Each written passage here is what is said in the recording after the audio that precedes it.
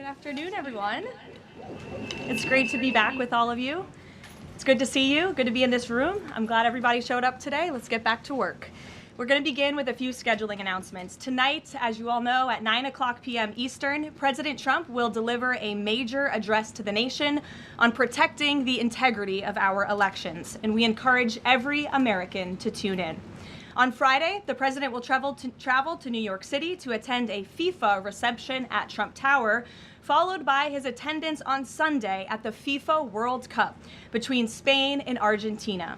His attendance will cap what has been the most watched, most secure, and most successful World Cup in American history. This is a fitting conclusion to a tournament that showcased America's ability to host the world on the grandest stage. Turning now to the economy. Tuesday's CPI report confirmed what President Trump predicted. Prices are falling, and this administration's economic policies are working. Inflation dropped 0.4% last month, beating expectations and marking the largest monthly decline in more than 6 years. Prices fell, including for gasoline, electricity, non-prescription drugs, car insurance, medical care services, and hotels, delivering relief for American working families. We also saw real weekly earnings rise in the month of June. For private sector workers, real wages have increased by roughly $1,000 since President Trump took office, after falling nearly $3,000 during the previous administration. This is real progress made possible by the president's pro-growth economic agenda. There is still more work to do, no doubt, which is why President Trump remains laser-focused on lowering costs and raising wages for working families across the country. Just last week, Walmart and Sam's Club announced they will be lowering prices on thousands of items in their stores across the country. Shoppers can expect meaningful savings on groceries, household essentials, outdoor living products, toys, apparel, and other everyday staples. As President Trump said, Walmart answered his call and stepped up in a big way, and we commend them for that. We hope other major retailers will follow the lead of this patriotic American company. While we're on the subject of helping working families get ahead, I want to remind everyone that the Trump accounts are now officially live.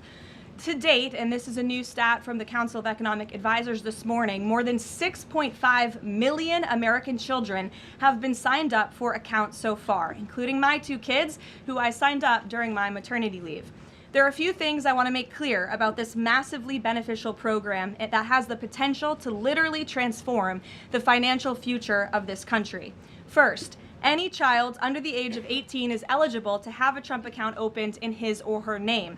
This is a free investment savings account that costs nothing to open. Second, thanks to President Trump, every child born between January 1st, 2025 and December 31st, 2028 will receive a $1,000 seed deposit from the United States Treasury. Third, parents, guardians, relatives, and friends can contribute up to $5,000 per year combined for each child. Employers can also contribute up to $2,500 per year on a tax-favored basis, counting toward the annual cap. The president believes there is no better investment than in America's children. Government projections show that a child whose family maxes out contributions could see the account grow to nearly $300,000 by the time the child turns 18. This is, I think we can all agree, an enormously powerful head start toward the American dream. These funds can be used for college, starting a business, or purchasing a home. This is truly a transformational, nonpartisan program.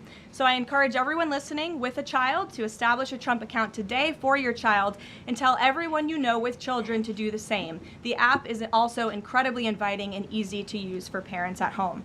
Finally, let's turn to the border.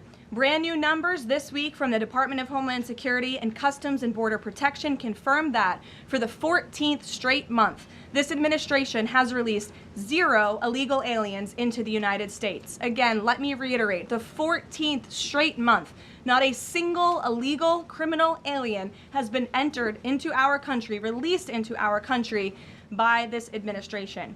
Illegal crossings in June remained at historic lows, and Southwest border apprehensions are down 94% compared to the same period under the Biden administration. These numbers speak for themselves. Thanks to President Trump's strong leadership and unwavering commitment to law enforcement, America has the most secure border we have ever had in our nation's history. The administration continues working to reverse the previous influx of millions of illegal aliens into our country by the Biden administration, and our law enforcement professionals, God bless them, are arresting criminal illegal aliens across the country, including those convicted of the most heinous and violent crimes. This past weekend alone, ICE arrested a Mexican national and gang member convicted of second-degree murder in California, a Dominican national convicted of aggravated manslaughter in New Jersey, a Saudi national convicted of indecent liberties with a child in North Carolina, a Mexican national convicted of continuous sexual abuse of a child in California, a Nicaraguan national convicted of second-degree child molestation in Rhode Island, and a Mexican national convicted of lewd acts with a child under 14 with force in California. These are egregious crimes, and again, I think we can all agree that none of you would want these individuals living in your communities, and you have this administration to thank that they are on their way back home. The American people delivered a decisive mandate to arrest and deport these dangerous criminals, and President Trump is wholeheartedly committed to delivering on that mandate every day. He will never waver in his duty to defend our homeland and protect the American people, and he has proven without a shadow of doubt that the chaos and the lawlessness that we saw every single day at the border and across our country under the Biden administration was a choice, and it is a choice this president has chosen not to make. While this work is far from finished, the border is secure, and deportations will continue. With that, I'll take your questions today. I look forward to doing so. I know there's a lot of news. We have two people in our new media seats today, Rachel Bade and Ben Black. Rachel, why don't you kick us off? Ben will give you a question, and then we'll get to the rest of all of you. Thanks, Rachel. Thanks, Caroline. Welcome back to the briefing room, and congrats on your baby. Thank you. Two questions, Sure. if I may. The first one, a fun one for your first day back. You now have two babies under 2 years old. I do. As someone who has a 4-year-old, I can only imagine how little you are sleeping right now. What is your one tip or secret to women who want to have it all, the kids and the hard-charging career? Well, thanks for the question, Rachel, and it is really good to be back with all of you. I don't think there is a secret. You just have to show up every day and keep going, and it really does take a village. Take the opportunity to shout out to my husband, who's home with our babies right now. I look forward to returning home later to be with them, but it's challenging. But for me, I view this as more than a job. I view this as public service on behalf of a president who I firmly believe in everything this administration is doing and really creating a better country for my children and their future, and I'm very grateful for that. Blessed to both be working in this job, but also to have two beautiful babies at home. And as you know, Rachel, and any mom in this room knows, there's nothing better than being a mother. So thanks for the question. Babies are the best.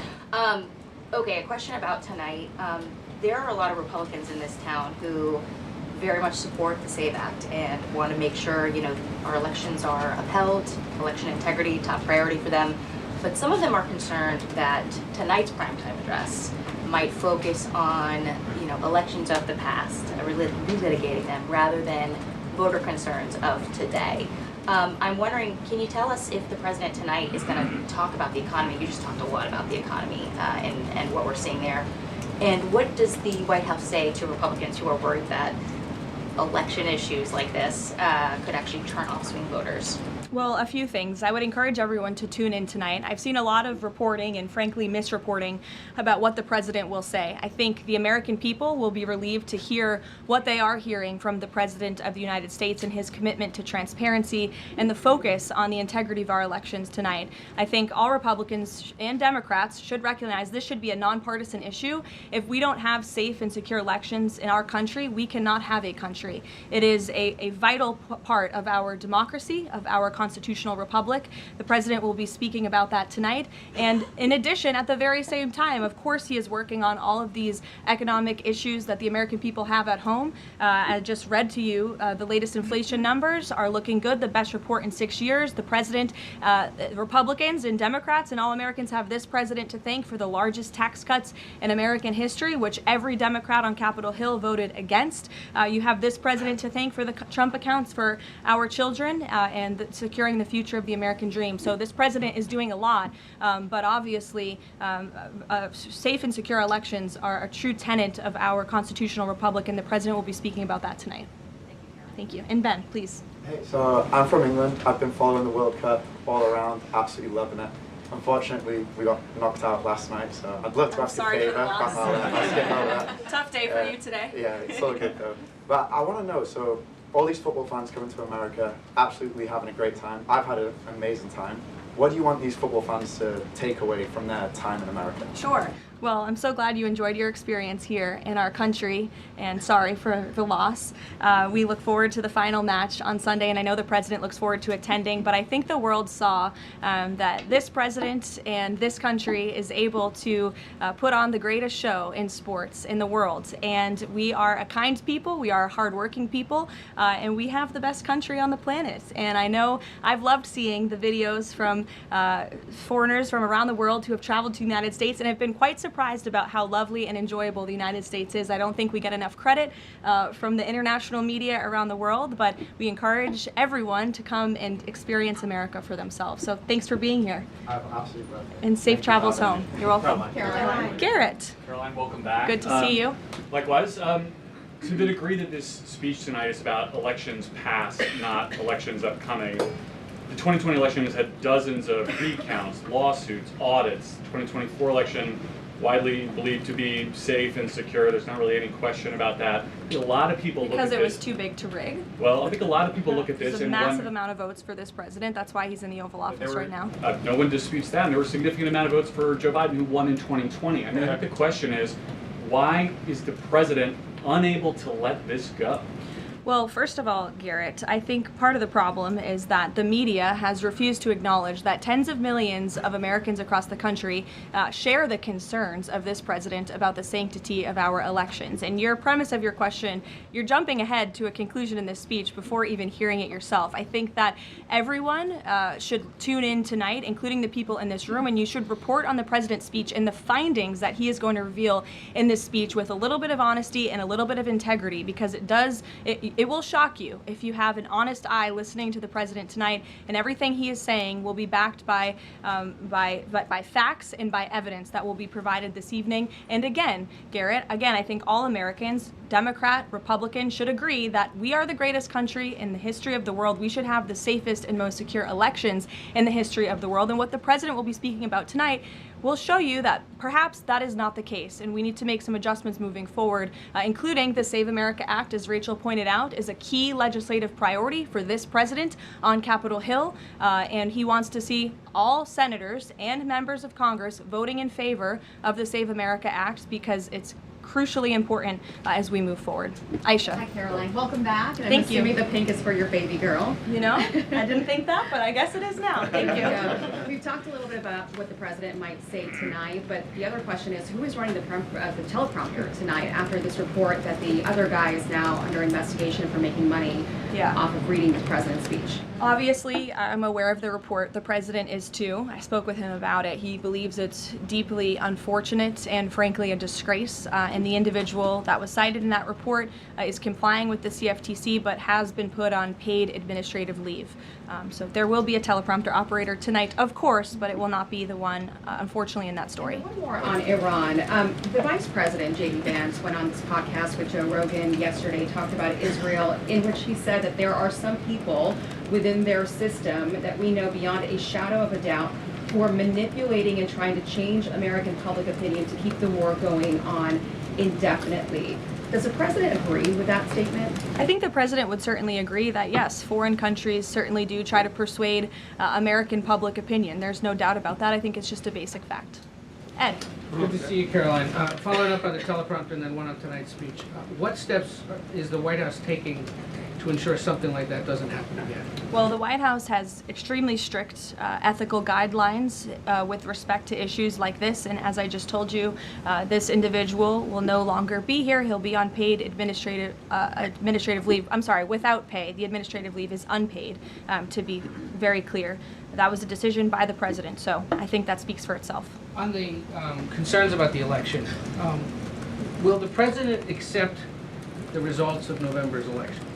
Look, Ed, you should tune into the president's speech tonight before you jump ahead to conclusions about what's actually in the speech. Again, I've seen a lot of reporting and misreporting about what the president will say. We hope CBS will take the speech, and all Americans should take it. Okay, but I'm not presuming anything. I'm just asking will he accept the results? Caroline, two questions on the Trump accounts. First, following the birthright citizenship case, is there concern that babies that are born to illegal immigrants here in the United States are not excluded from these accounts? And also, since the $1,000 per child from the Treasury seeds these accounts, can you assuage concerns from those who feel this is wealth redistribution? I would certainly not describe it as that. As you know, this was an incredible private-public partnership. We had incredibly generous Americans, Michael Dell and many others, who contributed to the fund for the Trump accounts. So that money will then be passed along to America's children, which I think is a great thing that all Americans from all political persuasions can agree upon. With respect to your question on birthright citizenship, I think the president has made his view and the White House has made our view on this case quite clear. We're going to continue to move forward to work with Congress, hopefully in the future, to remedy this problem in our country and to ensure that we cannot have this scam continuing where you have foreigners from all around the world traveling to our country to give birth to babies who are then given the greatest privilege on the face of the planet, American citizenship. That's not how our founding fathers intended this country to work or to operate, and the administration is committed to finding solutions to remedy that. Do they have access to the Trump accounts, though? Those are children of those illegal aliens? That's not something I've discussed directly with the president, so I don't want to speak out of turn on that. As you know, Carrie, all American citizen children are able to access the Trump accounts as it stands right now. Sure, go ahead. Thank you very much, Mark Stone from Sky News. Can I switch to Iran, please? Sure. And specifically, the Manab school attack. 120 children dead, 26 of their teachers. A Sky News investigation released today points to all this being a tragic mistake by America, by the US military. So could you explain, please, why the president is repeatedly saying it wasn't America when he hasn't actually, he says also that he hasn't even seen the report? I can't speak to the Sky News investigation respectfully because I have not read it. All I can speak to is what the president has said as I speak on his behalf, and the investigation continues, and we would defer you to the Department of War for further questions on it. I'm following up, if I may. Sure. I just want to My answer is understand. not going to change. I just want to understand why he consistently says it wasn't us, we didn't do this, when all the evidence and indeed the preliminary report, and we've spoken to a military insider who says this was human error. Well, that's the president's opinion, and at the very same time, he has said the Department of War is investigating the matter, and we would defer you to them for any questions with respect to the investigation, which obviously has not been released yet. I would defer you to them for further questions on it. But there's been, I think the president feels that way because he knows that our military always acts in good faith and absolutely never targets civilians or children, unlike the other side of this conflict, Iran, who is well known for killing women and children and innocent people in their country for a very long time. So you should focus on that in your reporting. Danny. Thanks, Caroline. Welcome back. Another World Cup question, much as it pains me. President Trump had some harsh words for Spain at the NATO summit last week about their spending. Does that mean he's going to be supporting Argentina? Danny, it is a really good question, and I'm disappointed in myself for not asking the president before I came out here, knowing you would probably ask. I haven't talked to him about it, but we'll get you an answer on that. You're welcome to ask him yourself at some point before the game. I'm sure you'll see him, and I'm sure he'll have a fun answer for you on it. Sure, in the middle. Go ahead. Sure, Jasmine, go ahead. Thank you, Caroline. Welcome back. Thanks. Back on the teleprompter issue, Notice reported earlier this year that Kalshi was inaccessible on the Wi-Fi that journalists here at the White House have access to. Are staffers back in the West Wing and other parts of the EOB, et cetera, do they have access to Kalshi and Polymarket on their Wi-Fi? On our work computers? Yeah. Honestly, I've never tried, so I don't know. But I'm happy to go try and get you an answer on that. Another question, Caroline. In the back, Reagan. Sure. I just wonder, are Jasmine, there go other, ahead, and then another Reagan, question. go. Are there any other White House staffers or people within the administration who are suspected of also placing bets on Kalshi or Polymarket or other things with some of this privileged information? Not to my knowledge, not that I've been made aware of. And as you saw, I think this played out exactly how it should. Kalshi notified the CFTC of of suspicious activity. They investigated that, identified the individual, and he will now no longer be working at the White House. So I think that answers all the questions on this matter. Reagan. Thank you, Caroline. I have a question for you on the Save America Act and Sure. Senator Graham, and then a quick question on Iran. Sure. Trump said in one of his final conversations with the late Senator Graham that he was talking about the Save America Act and that he felt like they were in a great position with it.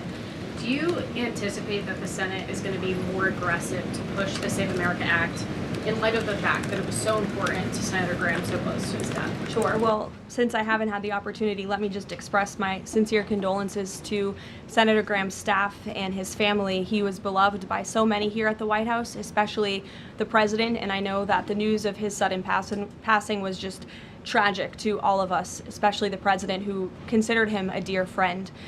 The Save America Act, as I said, Reagan, is of vital importance to this president, and he wants to see it move forward. I understand that Capitol Hill and Speaker Johnson are moving forward with attaching as many elements of the Save America Act as possible to the Budget Reconciliation 3.0. Here we go.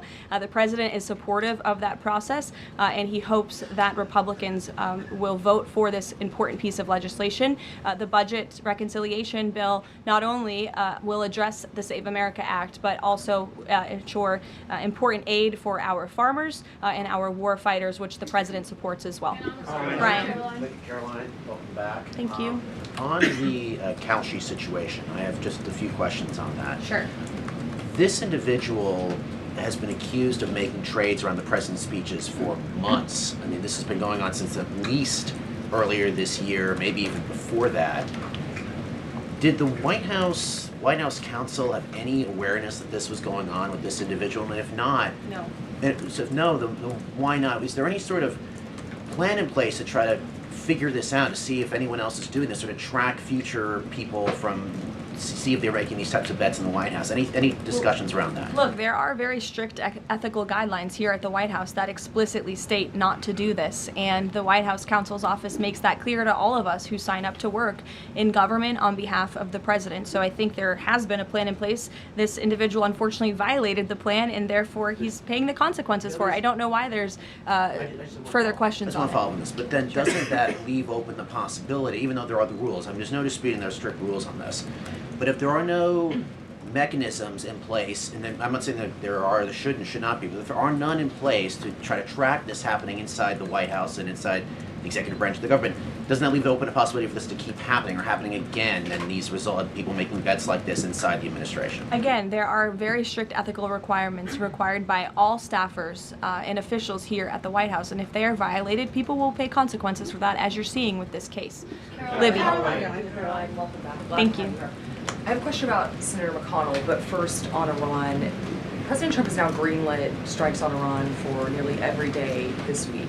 Does the White House describe negotiations more at a standstill or essentially completely over? Well, I've spoken with the president about this as recently as an hour ago. Iran very much continues to talk to the United States of America and express that they want to make a deal with us because they are suffering devastating blows on behalf of our United States military. The reason, and this is important for the American people to understand, the reason for the recent strikes over the course of the last several days is because Iran violated the Memorandum of Understanding that we struck with them. Specifically, in the Memorandum of Understanding that they signed, they were not to fire on commercial vessels moving through the Strait of Hormuz. And unfortunately, they have made the tragic decision for them to do that. And President Trump is not going to sit by and allow these active acts of terrorism to take place in the Strait without ensuring Iran pays consequences for that, and that's what we are witnessing right now. Spoke to him about this within the last hour. I mean, does he essentially seem fed up with these negotiations? And can you explain why the American people should think that a deal with Iran would even be worthwhile at this point, given the fact that they broke it already? Well, look at how bad they are behaving. It just proves the president's initial point for launching Operation Epic Fury in the first place. Iran can never obtain a nuclear weapon. That's why he launched Operation Epic Fury. They have suffered devastating blows to their military and their economy as a result. The president is always open and willing to diplomacy. He is the peace through strength president after all. After Operation Epic Fury, the conclusion of it, we did move forward into a diplomatic phase, if you will, but unfortunately Iran has since violated that. They have expressed they still want to make a deal to the president. We're talking to them, but again, the president is not going to allow them to fire on ships in the Strait without paying a consequence for that. And I think just one more point, I think throughout this entire endeavor, the president has proved not just to Iran, but to the entire world that we can hit Iran anytime, anywhere, any place, and their ability to defend themselves has been essentially wiped out because of this president and Operation Epic Fury in the first place. Sure. Lena, go ahead. Thank you so much. Welcome back. Thank you. 2 questions for you. If I can read 2 comments, one made by President Trump and one made by the Vice President on Iran. President Trump recently said, as far as I'm concerned, it's just a waste of time dealing with them. They're liars. There's something wrong with them. They are cuckoo. They are scum, sick people, vicious, violent people. And then Vice President Vance went on Joe Rogan last night and he said, I'm very frustrated by the Americans and frankly by people in other countries who say you cannot negotiate with the Iranians. So your response to these contradictions, because I think you can understand how that's confusing for Americans with this mixed messaging. And then second question for you, at least 6 Americans are still detained in Iran. Mm-hmm. Will President Trump make this conditional, a point of condition in continuing these conversations with the country as well as political prisoners Sure. and also people that are still being executed in Iran to this day? Sure. To your second question, I'll never create a red line or a condition on behalf of the president without his blessing. I haven't heard him say that, but obviously ensuring the return of Americans wrongfully detained or held hostage all over this world remains a priority for him, and he has done so in a tremendous way over the course of the last year and a half. Americans from all over the world have returned home thanks to this president and the efforts of his national security team. To your first question about the comments between the president and the vice president, respectfully, I do think you're taking comments from different times throughout this conflict and kind of asking me if these are contradictory of each other. I can tell you the president, vice president are on the exact same page about where we are right now in this conflict. And the fact that you do see elements of what's remaining in the Iranian regime that are more willing to make a deal, and then other elements who are not so maybe willing to make a deal, shows that Operation Epic Fury was incredibly effective because we neutered their ability to communicate with one another, and they are a fragmented system. They are not the once very strong, powerful terrorist state that they were before this operation, which was one of the ultimate goals. So we'll continue to work through the process, and as I said, the president will hold them accountable when they turn their back on the words that they state to the United States, but he is always open to diplomacy at the very same time. Thank you, Caroline. Sure. Regarding the president's speech tonight, he's been in office over 540 days now. If what he says is tonight is backed up by evidence, why hasn't anyone been charged? Well, he hasn't revealed it yet. He hasn't declassified the documents yet, and you will see what he says tonight, and then we'll move forward appropriately from there. Tonight from the Justice Department? I don't speak on behalf of the Justice Department, Caitlin, you know that. Rachel? By evidence, will there be charges? You'll have to ask the Justice Department. I don't charge people. I just speak on behalf of the president. Rachel? Thanks, Caroline. Welcome back. Just a point of clarification really quick. On the staffer who is accused of profiting off of the president's speeches, you said he'll no longer be working here. Is he on administrative leave or is he going to be fired after that's over? He's on unpaid administrative leave right now. Okay. And just to follow up on the president's speech tonight, I mean, we've been talking to a lot of Republicans over on Capitol Hill. They have said that focusing on the economy is the right way to go ahead of the midterm elections. They believe that's what voters care most about. What does the president say to Republicans who think that focusing on the 2020 election, election integrity, all of these issues right now is not the right approach so close to the election? Well, again, you guys have not heard the speech yet, so I would digress with the criticism until you actually hear what the president is going to say and what he's going to say when he addresses the American public. I would also add again that the administration and especially this president are able to walk and chew gum at the same time and tackle a number of issues on a number of different subjects every single day. We see that president do that working around the clock on foreign policy, on domestic policy, all of the time. You all report on it, you have to keep up with it, so I think you can agree with me on that point. And I would also add the president will continue to be traveling all around the country to talk about the economy. We were just just in Pennsylvania a couple weeks ago, touring a Mack truck facility, which has been greatly strengthened and enriched because of this president's economic policies over the last year and a half, and he loves doing that, and he will continue to do so. Jennifer, go ahead. We have seen with the increased community strikes a real decrease in traffic through commercial traffic through the Strait of Hormuz. What is the U.S. doing right now to facilitate flows through the Strait of Hormuz and preemptively address the risk that Houthis will actually choke off the Red Sea oil route and that prices will increase further before November? Sure. Well, two separate questions. First, let me address what's happening in the Strait right now. We know that there is a blockade of ships directed by the president for ships entering and departing Iranian ports only. This has been fully implemented and is in full force. This blockade was reimposed due to Iran's inability to honor their agreement with the United States of America. More than 10,000 U.S. sailors, Marines, and airmen, along with 2 aircraft carriers and more than 20 warships and dozens of aircraft, are executing the blockade mission as we speak.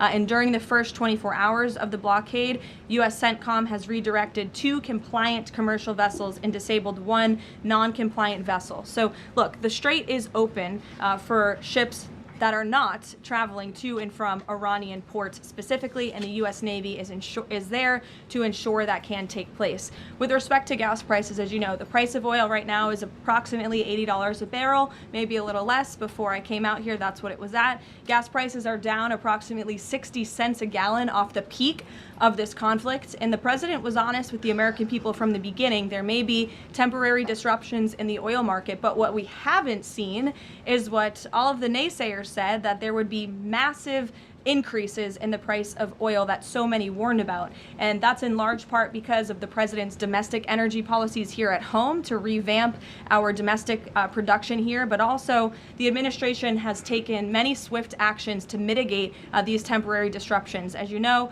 we've released oil through our SPR, the Jones Act waiver, which has been incredibly effective, fuel environmental waivers. We also, the president signed the Defense Production Act to restart California oil production. So all of these very swift and mighty actions on behalf of this administration have led to a rather stable oil market, and the president will continue to do all he can to ensure prices come down, stay stable for the American people and the American consumer until the end of this conflict. And ultimately, I think Americans should keep in mind why we're doing this in the first place, to ensure that Iran, a terror state, can never obtain a nuclear weapon. Dasha, go ahead. Caroline, nice to see you back. You too. 2 questions, one on tonight and one on immigration. It strikes me listening to the conversation in this room about Iran, given the questions that folks on both sides of the aisle have about strategy and endgame, given that the United States has intensified strikes on Iran, typically in a time of conflict, when the president gives an address to the nation, you would expect him to address this conflict. Number one, will he talk about Iran, and why is that not the major topic of his speech? Does he believe that the SAVE Act and the 2020 election integrity are more important right now? Well, no, it's not a matter of importance. It's just a matter of timing. The president will be making a very important announcement with respect to the integrity of our elections. However, it is also very possible at the top of the speech he will mention the current situation with Iran and also the economy as well. As you all know, President Trump is a man of his own word, and he sometimes is thinking about these things up until he walks out. But we have had conversations about him addressing a range of topics, and that could very well be possible tonight. Again, this is all more reason for all of you to carry the speech live and for the American people to tune in tonight so they can hear directly from the the president and draw their own conclusions. Caroline, go ahead. Immigration. Caroline, sorry, I just wanted to add the immigration question real quick. Sure, Caroline, go ahead. sorry. 3 men were killed in ICE encounters in less than a week. As a result, DHS announced that it would end vehicle stops, and then President Trump urged them to change their position. Can you confirm whether vehicle stops are back on, and is the administration doing anything more to prevent these kinds of deaths, maybe accelerating distribution of body cameras which weren't present in this case? So a couple of things. Vehicle stops are continuing. Verbal guidance has been given to all field offices across the country by the Department of Homeland Security. The President and the Secretary of Homeland Security are on the same page that vehicle stops are a necessary tool that ICE agents need in order to continue their deportation campaign of the worst illegal alien criminals from our country. With respect to body cameras, I know there's been some questions about that in recent days. Over half of all ICE field offices now do have body cameras, and the remainder of the field offices are expected within 60 days. It's been a slower rollout than we would have hoped, but that's because of the Democrats' decision to shut down DHS for several weeks. So we expect to fully execute on the promise of body cams to all field offices across the country very soon. Karen. Caroline, on the parasite outbreak related to Yes. produce, can you give an update on the administration's response to this? Are there federal officials on the ground in the hardest hit states right now doing any testing of production facilities or farms to try to figure out where this outbreak has started? Sure. Well, what I can tell you, having been back at the White House for just a couple of short weeks, I've been in meetings on this very topic, and I can tell you the White House is closely monitoring the situation, has a handle on the situation. We're committed to providing the CDC and the FDA the resources that they need, and we urge all Americans to follow CDC guidance on properly washing and cooking raw ingredients to prevent this foodborne illness. As you know, there has been an unusually high number of cases. There are typically thousands of cases of this outbreak every year, but there has been an unusually higher number, and that's why we're working with the FDA and other partners at the federal, state, and local level to increase detection methods, provide the guidance, and then also, most importantly, trace the outbreak back to its original source, which we are currently in the process of doing. Lack of permanent leadership at the CDC and FDA and any funding cuts, has that slowed the response to figure out where this outbreak has started? No, we've talked to the CDC and FDA specifically about that, and not at all. They have the resources they need to make sure that Americans are fully informed and protected from this illness during this time. Caroline, please. Caroline, welcome back. Thanks. Last year, the administration signed a critical minerals deal, mining deal with Kazakhstan for a little-known U.S. company. It was an agreement that President Trump and Howard Lutnick got tentative approval for with Kazakhstan's president in September. 6 days before the deal was signed, which was in November, the president's older sons with other partners took a 20% investment in a company related to the deal. What did the president know about his son's involvement in this arrangement, and when did he find out about it? From my understanding, Maggie, nothing. I've spoken to the president and his family about this. They would absolutely never do anything that would put the president in a place of a conflict of interest. And we have timelines to give you and to provide you, which we did to the news media at the time when this story broke, to prove that very point that I just made. Sorry, just 1 second. So the president did not learn about it until it was in the media? That was when he found out? That's my understanding of the matter, yes. Caroline, Caroline, go ahead. Thank you very Carrie, I'll much. go to you after. Just Thank you. Sure. Thank you. Go ahead. Me? Okay. Why don't we just... Okay, thank you very much, Mr. Cook. Starting in the very, back. very welcome back. Okay. Thank you. Yesterday, Iran launched a drone attack against U.S. facilities in Erbil, threatening American personnel and the Kurdistan region, one of the American closest partners in the Middle East. What is your message to those responsible? And are you staying with your loyal ally in the Middle East and at least helping them to defend itself? Who launched the attack? You're saying Iran, yes, Kurdistan of course. region. Well, I think I've addressed that previously in saying that Iran has unfortunately shown to violate the word that they struck with the President of the United States. They're paying consequences for that in the strikes that the President has authorized in the recent days. Thank you, Caroline. You were with the President in Ankara for the NATO summit, and there Ukraine was one of I was not actually. Oh, you were not. Okay, yeah, but the issue of Ukraine was one of the most important topics there, and the situation is escalating between the two sides in these days, but there are still efforts. Can you give us more information about where we are and how the local power breakers, including Turkey, are involving in order to solve the problem? Sure, I'll check with the National Security Council and get back to you on that with more specific guidance. What I can tell you is I know the President greatly enjoyed his visit to Turkey, and not just his participation in the NATO summit, where he applauded the United States for getting our NATO allies to step up and pay their fair share for our defense, but also he greatly enjoyed his time with President Erdogan in Turkey and appreciates the bilateral relationship between our two countries. Kara. Hi, Caroline, welcome back. Thanks. Contrary to what the mainstream media is reporting, Americans that I speak to care deeply about election integrity. This is true. why do you think the mainstream media is so fearful of tonight's speech and anything to do with election interference? And why are they attempting to discredit President Trump's speech before they've even heard it? And lastly, what's your message to AOC, who is asking for President Trump, the mainstream media, to actually censor the sitting president's speech tonight? Yeah, I think that the mainstream media should air the president's speech and allow the American people to draw their own conclusions from it. Again, I think it's important that the American public hears directly from the President of the United States on a topic that, to your point, is very near and dear to the hearts of many Americans across the country, the integrity of our elections. This should be a nonpartisan, non-controversial issue, and I think you'll hear the President talk about that tonight. So we'll see you then. Thank you. He was telling the President that he wanted 2020